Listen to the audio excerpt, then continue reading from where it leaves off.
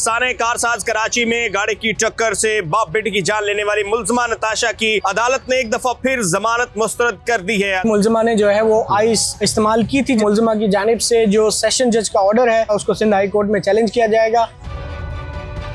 हमारे साथ मौजूद है सीनियर कोर्ट रिपोर्टर अमीन अनवर। अमीन भाई, बताइएगा कि एक दफा फिर मुलजिमा नताशा की जो अदालत है उसने जमानत मुस्तरद कर दी है, जबकि इससे पहले जो फैमिली थी, जो मुतासरीन थे, बाप बेटी जिसकी जान ली गई थी, उनके साथ तो इनकी सुलह हो गई थी। उनके साथ हमने देखा कि उसके बाद एक बहुत ज़्यादा बातें गर्दिश करने लगी कि अब तो बहुत जल्द जो मुलजिमा नताशा है वो जेल की सलाहों से निकल जाएंगी या बैरून मुल्क भी चली जाएंगी। देखिए, सबसे पहली बात यह है कि ये एक जो मुकदमा है ये सेकंड FIR है जो मेडिकल रिपोर्ट है उसकी बुनियाद पे दर्ज किया गया था, जिसमें उनके डिफरेंट सैंपल लिए गए थे यूरिन और ब्लड के, क्योंकि यूरिन में जो है वो आइस के कुछ शवाहिद मिले थे कि मुलजिमा ने जो है वो आइस इस्तेमाल की थी, जिसके बाद ये मुकदमा दर्ज हुआ था। जो मेन FIR है जिसमें उनकी गाड़ी की टक्कर से बाप बेटी हलाक हुई और 2 शहरी जख्मी हुए, उसमें तो कॉम्प्रोमाइज़ हो गया है। ठीक है, जो वर्सा हैं उन्होंने नो ऑब्जेक्शन दिया मुलजिमा नताशा की दरख्वास्त ज़मानत के मौके पर, जिसके बाद उनकी ज़मानत मंजूरी। लेकिन ये दूसरी FIR जो है वो सरकार की मुद्दत में दर्ज थी, जिसके ऊपर एडिशनल डिस्ट्रिक्ट एंड सेशन जज शर्की शाहिद अली मेमन ने समाअत की और दोनों फरीकैन के वकला के दलाइल सुनने के बाद ये अपना जो जजमेंट है, जो ऑर्डर है वो अनाउंस किया और उन्होंने मुलजिमा की दरख्वास्त ज़मानत दूसरी मरतबा मुस्तरद किया, जिसमें इससे पहले जो जुडिशल मजिस्ट्रेट शर्की है रज़ा अंसारी, उन्होंने दरख्वास्त ज़मानत मुस्तरद की थी और इसके बाद एडिशनल डिस्ट्रिक्ट एंड सेशन जज शर्की ने भी, अदालत ने जो है वो दरख्वास्त मुस्तरद की है ज़मानत की। इसमें जो मौक़िफ़ अपनाया गया था मुलजिमा के वकील आमिर मंसूब कुरैशी एडवोकेट की जानिब से, उनका ये कहना था कि जिन दफ़ात के तहत ये मुकदमा दर्ज किया गया है वो काबिल ज़मानत हैं और इसमें ज़्यादा से ज़्यादा सज़ा 3 साल या इससे जुर्माने की सज़ा है। और उन्होंने कुछ जो केस लॉज हैं, जो मुख्तलिफ मिसालें हैं, अदालती नज़ीरें भी उसको कह सकते हैं, वो पेश की। और जबकि जो सरकारी वकील हैं उनकी तरफ से अदालत को ये कहा गया कि जो मुलजिमा है वो ब्रिटिश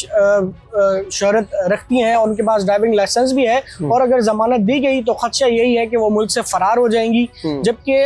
जो अदालत ने अपने ऑर्डर में भी ये कहा है, इस बात को अदालत ने भी मद्देनज़र रखा है कि इस नुक्ते को नज़रअंदाज नहीं किया जा सकता कि उनके पास ब्रिटिश पासपोर्ट है और उसके अलावा उनके पास ड्राइविंग लाइसेंस भी है वहाँ का। तो इसको भी अदालत ने जो है वो मद्देनज़र रखा है और उसके बाद अदालत ने यह कहा है कि माशरे में जो है वो नशे के जो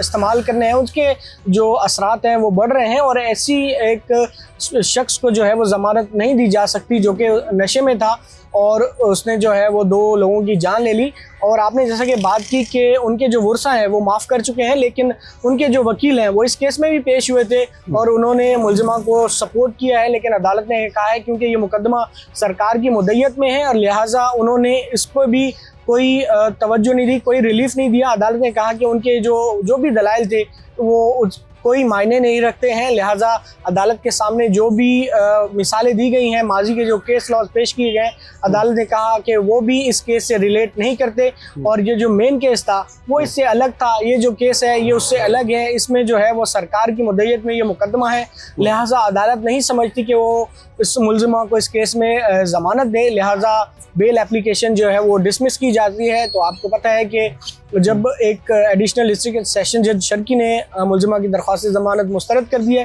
तो अब मामला सिंध हाई कोर्ट में आएगा। अभी तक की इत्तलात के मुताबिक सिंध हाई कोर्ट से रुजू नहीं किया गया है कि मुलजिमा की जानिब से जो सेशन जज का ऑर्डर है एडिशनल डिस्ट्रिक्ट एंड सेशन जज का, उसको सिंध हाई कोर्ट में चैलेंज किया जाएगा और उसके बाद फर्दर प्रोसीडिंग जो है वो अब सिंध हाई कोर्ट में होगी। अदालत ने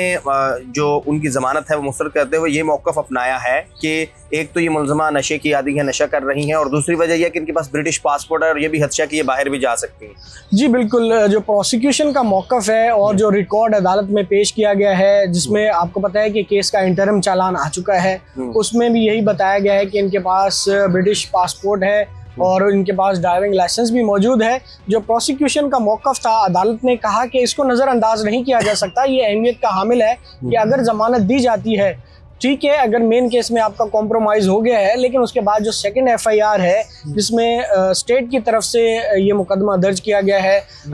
इंस्पेक्टर जो हैं वो मुतलका थाने के, जो बहादुराबाद थाने के हैं, उनकी मुद्दत में, तो देखते हैं कि मज़ीद अब इस केस में क्या होता है। फ़िलहाल अदालत ने जो मुल्ज़िमा के वकील का मौक़िफ़ है उससे इत्तफ़ाक़ नहीं किया कि ये मुकदमा गलत दर्ज किया गया है, ये काबिल ज़मानत है और मुल्ज़िमा को जो मेन केस में है वो ज़मानत दे दी गई है।